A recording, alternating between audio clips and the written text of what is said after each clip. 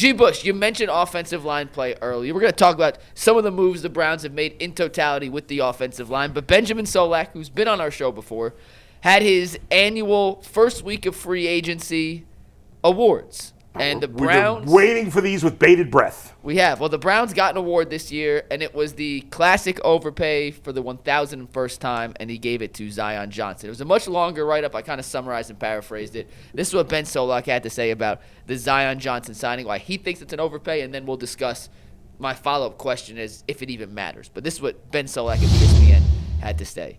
A 4-year starter with the Chargers, Johnson never blossomed into an above-average starter, despite his above-average traits. He struggles mightily with stunts, twists, and blitz in pass protection. Even on a straight rush, power gives him trouble, and he is more of a neutral player in the running game than a real road grader. Johnson was always going to get a sizable deal because of his age, only 26, durability, and athletic profile, but the Browns shouldn't have been the team to give it to him. They are not a guard away. End quote. Bull. Jason, I'll start with you on this. Overpay or not, who really cares? If he pans out, the money is the money. It is what it is. For a team like the Browns that had to spend as much to rebuild the offensive line from where it was last year, which was horrific, to a serviceable unit, do you really care if they had to, you just said if it pans overpay? out. Like he's saying, well, it's not going to pan out because, of course, if everything pans out, it's worth it. Do you think it's going to pan out then? We'll change the question to that. Yeah, Do you think it'll pan out, G? So I'll give you, it has a chance to, but here's the reality of the situation. When you're getting people on free agent deals, the reason that people are in free agency is either they're super, super duper good like Linderbaum and he wants a bag of money and you can't pay it because you may be up against the cap, or these guys are guys who have deficiencies or flaws in their game and the other team didn't want them. So yes, you're going to be picking up over the crate of DVDs, right? Listen, we all go to be at Walmart or Target, and there's them DVDs in that bin. Back in the day, when you ain't got no cable, you're like, listen, I need to find something that I can watch and rewatch over and over again. So you're gonna pick up the Martin Lawrence, right? Martin season 2, I can watch Martin season 2. Cheers season 4, I can watch them over again. Do I want to do that if I had cable? No, but it's the best available thing I got for the entertainment. If I'm looking at this guard and I'm like, we need a guard, we need 5 offensive linemen. My job is to say, okay, can I get this guy to get coached up? If I got faith in my offensive line coach, I'm going to bring him in. Hey, take a look at this guy. He got raw traits. There's things that you can do on stunts and twists. Stunts and twists come down to 2 things. It comes down to discipline, and it comes down to film study and understanding what you need to do. And it also comes down to the second point. Are you in concert with everybody else? If you have somebody solid next to you and on the other side of you, you have a great opportunity to succeed. Offensive line play is unique in that factor where they're the only group of guys that are independent, but at the same time work in tandem. They touch people every play. They're in the run game. They're in the pass game. They block. They run block. They got to do 1,000 different things, and you never really notice how bad one of them is until they do something, and then the rest of the guys are looking at them like, "Hey, bro, you're supposed to pick that twist up. You're supposed to keep your shoulder square." So for me, the fact that they've built it and got some other guys around them makes me think it's a chance to work. But there are deficiencies in his game. But at 26, you hope that you can coach some of that out of him and you can get him more aware of how we need to go about doing those things. And I think scheme counts. I think coaching counts. And if you're the Browns, let's be honest with you. Beggars can't be choosers. Your job is to fill the holes up front. And I think they did a good enough job of doing that, especially when he has some young traits, 26. He is an athlete. So, Jason, at this point, what was they going to do? I mean, that's exactly it. 2 things can be true. It can be an overpay, and you could be left with no choice to where you have to. And we talked about the other day, it's why I thought they would have a shot at Linderbaum and why he wound up going to the Raiders. A lot of times the offensive linemen, those take the money. Yeah. And it's not about who the receiver is, who the quarterbacks are. Sometimes it is, but when that's guys usually more like the end of their careers. Yeah, but for right now, they're going to go to the biggest dollar, and the Browns are in the position where they kind of have to overpay to get guys to come here. That's just the reality of it. I have no idea if he's going to be any good or not. I totally agree with what you said about offensive line play is predicated on who's next to you. I mean, how many times did I come in here and tell you guys Wyatt Teller had to tell DeJuan Jones what the play was when they were at the line of scrimmage? And I think the Browns have had such good guard play over the years with Joel and with Wyatt that it helped mitigate some of the issues with incorporating a new center or a new right tackle or whatever else. Well, now you got 5 new guys up there. That's the thing. Yeah, and as we talk about, I think there's a continuity thing we're doing later on the Guardians, which I admittedly rolled my eyes at a little bit because I don't think continuity is a big deal in baseball, but it's a huge thing here. And the more that you've got familiarity with these guys, and that's why OTAs are going to be crucial for this group this year, and just learning. Hopefully they're all there. Hopefully they're all healthy and they all show up because they just need the time together and they need the instruction of what are you going to run? What's the we don't know. Yeah. What's the offensive system going to be? Right. So it's a long way to go to say whether or not he's worth it. I'm not surprised that someone would label it as an overpay, and it makes you sort of scratch your head. The Chargers had a horrendous offensive line last year. Yeah. I'm not saying it's his fault, but that's the reality of it. Yeah. So most guys in free agency get overpaid. Yes. That's just especially. So when you win the award for being overpaid in the category of overpaid, I guess, it's but like, really an overpay. Like what are they paying him per year, Mike? What is Zion Johnson getting? It's 3 years, $49.5 million. It was 2 years, $32 million guaranteed, and that's the first 2 years. It's basically a true team option for the. All right, so it's about $16 million and change Which per was year. the If they had paid him $12 million a year, would have been fine. I mean, I think they were who paying. cares? At that point? I think it's actually less than what the guards were making last year. Joel and Wyatt were over 18, 19. Those guys are more proven players. Yes, but they are. You know, I'm saying, it was the highest guard contract given out, but only by slightly. Yeah, like who cares? So if it would have been okay at $12 million a year, they paid him 16. The Browns are not a destination.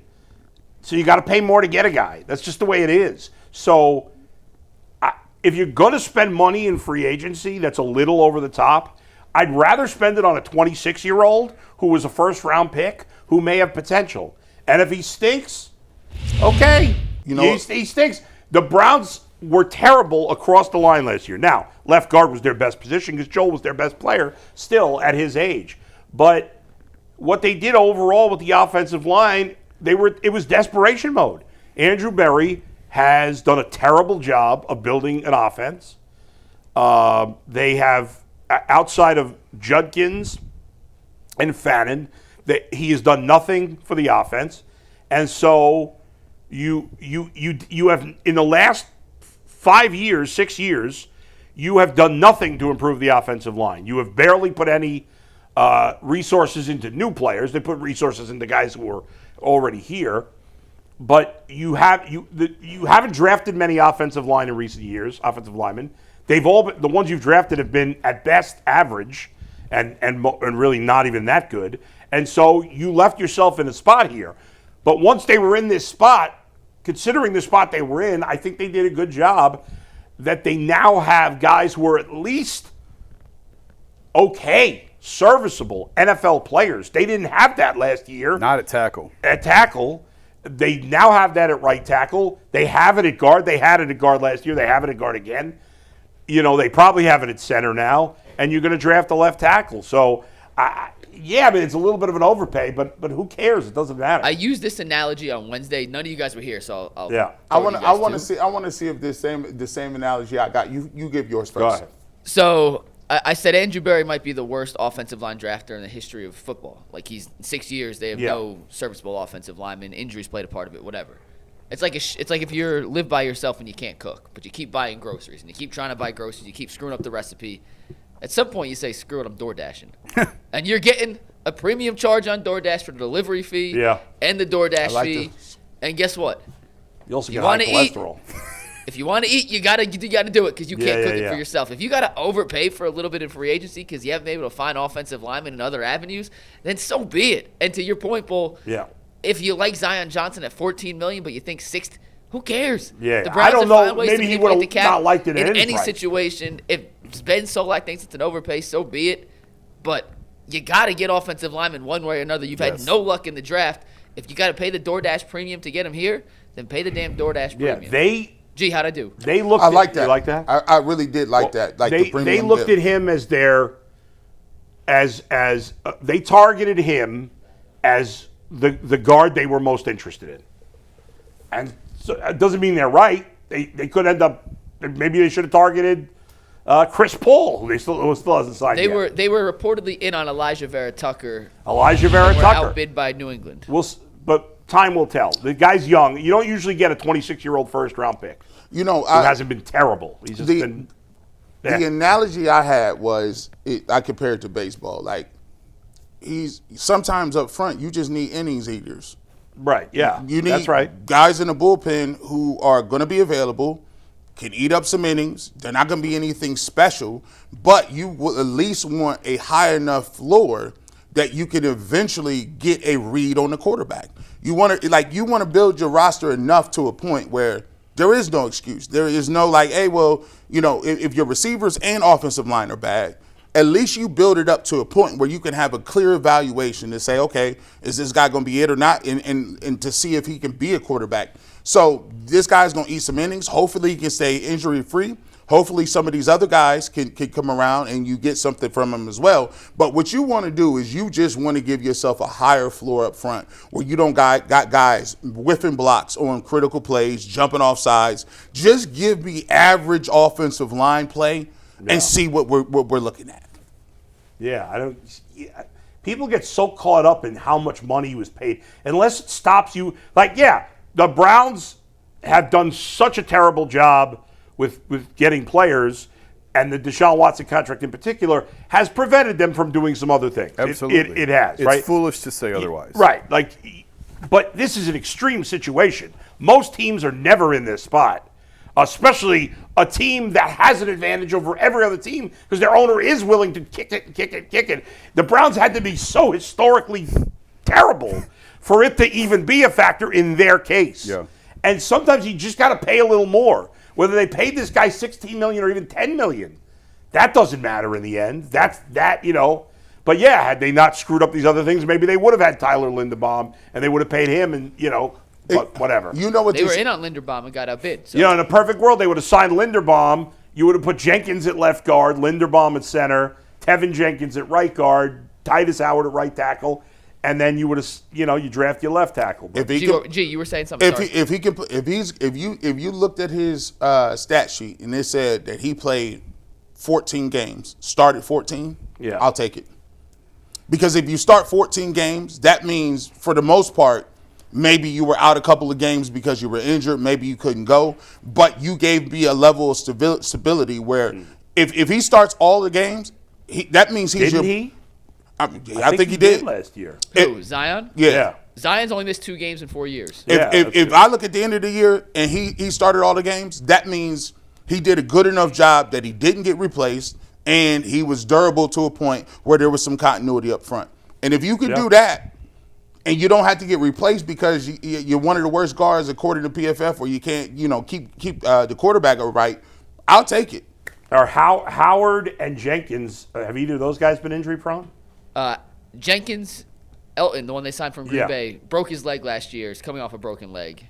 Tevin Jenkins, very injury prone. Yeah, Jenkins, I know. Howard, very serviceable, has not missed much time in his career. And besides the broken leg last year, has Jenkins missed time? Let me double check. He failed his physical, didn't he? That's why the Packers cut him. He did. Zach said that could be, you know, an excuse they use. Right, yeah. Jenkins, so Jenkins played as a rookie in 19. This is year by year. Yeah. 16, 8. I'm not sure what the injury was in 2021. 15, 15, 17, and then 9. Okay, I mean, that's 5 out of 7 years That's he's not played bad. all season. That ain't bad. So you've added 3 guys who have been relatively healthy in their careers to very healthy. Compared to Conklin and DeJuan Jones. Yeah. I mean, those guys were just, Right. Yeah. So they get the ultimate durability piece in Zion Johnson, who's replacing the ultimate durability piece in Joel Bitonio. The other ones, you get a major upgrade at durability in right tackle, Howard over Conklin. At left tackle, we're still waiting to see who they fill that spot with. Yeah. At center, we assume it'll be Elton Jenkins, who's been durable, and then Tevin Jenkins at right guard, if that's the route they decide to grow. Right. He's been hit or miss on the injury front. Yeah, but they will have depth. Yeah, there's a possibility that Whippler starts at center and then Elton Jenkins moves to one of the guard spots. yeah, so So we'll see.